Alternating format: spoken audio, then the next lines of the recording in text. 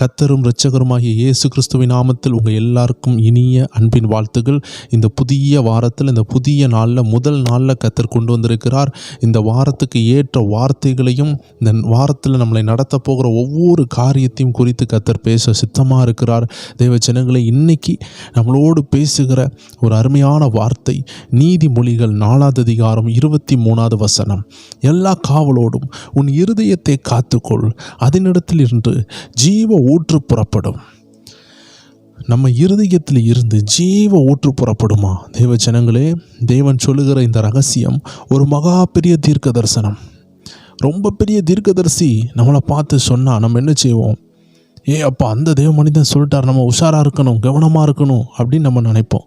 இந்த உலகத்தில் தீர்க்கதரிசிகளுக்கெல்லாம் தீர்க்கதரிசி, வாக்கில் மாறாதவர், சொன்னதை செய்கிறவர். அவர் சொல்லுகிறார், எல்லா காவலோடு உங்கள் இருதயத்தை காத்துக்கொள்ளுங்க என்று சொல்லுகிறார். இந்த அருமையான ஆரம்ப நாளில், இந்த வாரத்தை தொடங்குற ஒவ்வொரு பேரை பார்த்து ஆண்டவருடைய வார்த்தை வருகிறது, உங்கள் இருதயத்தை காத்துக்கொள்ளுங்க. ஒவ்வொரு முறம் போராட்டம் வரும்பொழுது உங்கள் இருதயம் கலக்கப்படுகிறது. ஆம் தேவ ஜனங்களே, ஒரு தூசி கண்ணில் விழுந்தா நம்மளால் என்ன செய்ய முடியாது? பார்க்க முடியாது. அந்த தூசியை வெளியே எடுக்கிற வர நம்மளால் என்ன செய்ய முடியாது? நிம்மதியாக பார்வையை பெற்றுக்கொள்ள முடியாது. இதே போல் அவங்க இருதயத்தை சத்துரு கலக்குகிறான். குடும்பத்தில் வருகிற போராட்டம், சில நிந்தனைகள், சில அவமானங்கள், தொழிலில் வருகிற போராட்டம், திருமண வாழ்க்கையில் வருகிற போராட்டம், சில தாமதங்கள் உங்களுடைய இருதயத்தை இன்றைக்கி கலக்கி கொண்டிருக்கிறது. அதில் உள்ள ஊற்றுகளை அடைத்து கொண்டிருக்கிறது. தேவ ஜனங்களை, இன்றைக்கி நீங்கள் வாழ்ந்து கொண்டிருக்கிறதே உங்கள் இருதயத்தில் உள்ள விசுவாசத்தினால தான். அந்த வருகிற கொஞ்சம் விசுவாசத்தையும் பிசாசு மூடி போடலான்னு உங்கள் இருதயத்தை அவன் கெடுத்து கொண்டு இருக்கும் பொழுது ஆண்டவருடைய வார்த்தை சொல்லுகிறது, எல்லா காவலோடு உங்கள் இருதயத்தை காத்துக்கொள்ளுங்க. நீங்கள் நம்பினது வரும். உங்கள் இருதயத்தை காத்துக்கொண்டால் அதில் இருந்து ஊற்று புறப்படும். எந்த விஷயத்தில் இன்றைக்கி நீங்கள் போராடி கொண்டு இருக்கிறீங்களோ அந்த விஷயத்தினுடைய மருந்து, அந்த விஷயத்தினுடைய விடுதலை உங்கள் இருதயத்துக்குள்ளே தான் இருக்குது. ஏன் இருதயத்துக்குள்ளே இருக்குதுன்னா, இந்த உலகத்தில் தேவனையும் மனிதனையும் இணைக்கக்கூடிய இடம் உங்கள் இருதயம். The heart is the contact point to God, to connect your God. நம்முடைய தேவனை கனெக்ட் பண்ண, நம்ம தேவனை நெருங்க நம்ம இருதயம்தான் தொடர்பு பகுதி. இந்த தொடர்பு பகுதியில் ஊற்றுகள் இருக்கிறது. கர்த்தர் பேசும் பொழுது அது இடி முழக்கமாக, அது ஊற்றாக, அது அக்கினியாக, அது வல்லமையாக, அது விடுதலையாக, அது வார்த்தையாக, அது ஒரு பெருவெள்ளம் போல, அது ஒரு அபிஷேகமாக, பரிசுத்த ஆவியின் வல்லமையாக உங்கள் இருதயத்தில் இருந்து தான் அது புறப்படும். அந்த இருதயத்திலிருந்து பொங்கி வருகிற ஜீவநதி உங்கள் வாயின் வழியாக புறப்படும். அதனால தான் வேதம் சொல்லுகிறது, நீதி உண்டாக இருதயத்தில் விசுவாசிக்கப்படும், இரட்சிப்பு உண்டாக வாயினால் அறிக்கை செய்யப்படும். ஒவ்வொரு தேவ ஜனமும் இருதயத்தில் விசுவாசித்து வாயை திறந்து பேசும் பொழுது அது அப்படியே நடக்கும். சில நாட்கள் நடக்காதது போல் இருக்கலாம். ஏன்னா இருதயத்திலிருந்து செம்மையாக நம்ம கேட்டு பேசாமல் இருக்கலாம். இருதயத்திலிருந்து எப்படி வார்த்தையை பேசணும் நமக்கு தெரியாமல் இருக்கலாம். ஆனால் நீங்கள் ஜெபிக்க ஜெபிக்க ஜெபிக்க உங்கள் இருதயம் நிரப்பப்படும். உங்கள் வாயை திறக்கும் பொழுது ஆமென், நீங்கள் சாவுக்கு ஏதுவான வார்த்தை அல்ல, ஜீவனுக்கு ஏதுவான வார்த்தையை பேச ஆரம்பிப்பீர்கள்.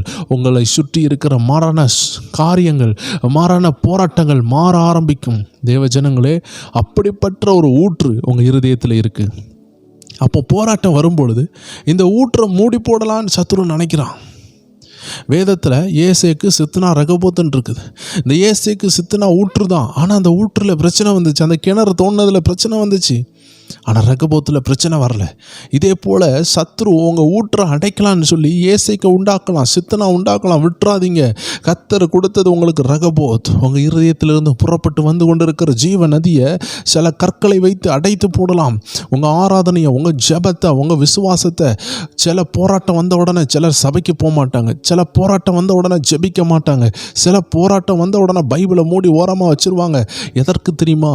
அந்த போராட்டத்தை ஜெயிக்கக்கூடிய வல்லமையே உங்கள் இருதயத்துக்குள்ளே தான் இருக்குது. அந்த இருதயத்தை மூட வைக்கிறதுக்கு தான், அந்த ஊற்றை மூட வைக்கிறதுக்கு தான், அந்த வல்லமையை மூட வைக்கிறதுக்கு தான் சத்துரு போராடி கொண்டிருக்கிறான். இதை தெரிந்துவிட்டால் நீங்கள் என்ன ஆனாலும் ஜெபத்தை நிறுத்த மாட்டீர்கள், விசுவாசத்தை நிறுத்த மாட்டீர்கள். ஏன்னா உங்கள் விடுதலையே அங்கிருந்து தான் வருகிறது. தேவச்சனங்களை இன்னைக்கு ஒவ்வொரு பேரை பார்த்து ஆண்டு சொல்கிறார், எதை இழந்தாலும், எதை நாம் காத்துக்கொள்ளாவிட்டாலும் நம் இருதயத்தை நாம் காத்துக்கொள்ளணும். நம் இருதயம் காத்துக்கொள்ளப்பட்டால் எல்லாமே பாதுகாக்கப்படும். ஒரு விசை தேவ மனிதர் ஒருவரை குறித்து ஆண்டு சொன்னார். அவர் தன்னுடைய விசுவாசிகளை குறித்து ரொம்ப கவலைப்பட்டு கொண்டிருந்தார். எல்லாரையும் குறித்து கவலைப்பட்டு டிப்ரெஸ் ஆகியிருந்தார். ஆண்டு சொன்னார், முதலாவது உன் உள்ளத்தை காத்துக்கொள். ஜனங்களுடைய உள்ளத்தை நான் பார்த்துக்கிறேன், உன் உள்ளத்தை கலங்க விடாது. இதே போல தான் தேவ ஜனமே, வீட்டில் 1000 பிரச்சனை வரலாம், ஆனால் ஒரு தாயாக ஒரு தகப்பனாக நீங்கள் கர்த்தருக்கும் உங்களுக்குள்ள உறவை காத்துக்கொள்ளுங்க. முதலாவது உங்கள் உள்ளத்தை காத்துக்கொள்ளுங்க.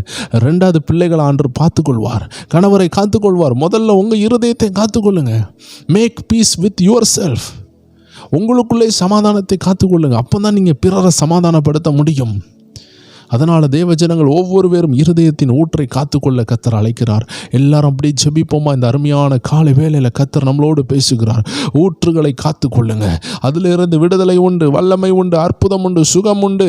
எது வேண்டுமானால் அந்த ஊற்றில் இருக்கிறது நீங்கள் அந்த ஊற்றில் இருந்து பெற்றுக்கொள்ளலாம். நீங்கள் ஜெபிக்க தொடங்கினால், துதிக்க தொடங்கினால் அந்த ஊற்று பாயத் தொடங்கும்.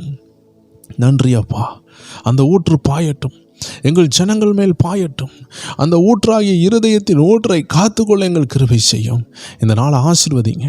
திருமண நாள் கொண்டாடுறவங்களை ஆசீர்வதிங்க. ஆண்டவரே, எந்த காரியத்தை செலிப்ரேட் பண்ணாலும் ஆசீர்வதிங்க. வீடு பிரதிஷ்டை, குழந்தை பிரதிஷ்டை, ஆண்டவரே எதற்காக ஜெபிக்கிறார்களோ அதை ஆசீர்வதிங்க. பிறந்த நாள் கொண்டாடுறவர்களை ஆசீர்வதிங்க.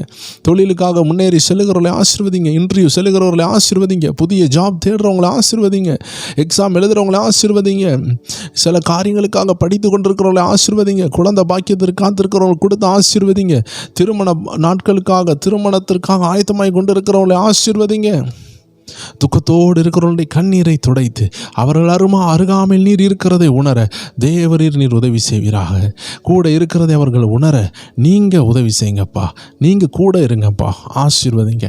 இயேசு கிறிஸ்துவின் நாமத்தில் ஜெபிக்கிறோம் எங்கள் ஜீவனுள்ள நல்ல பிதாவே.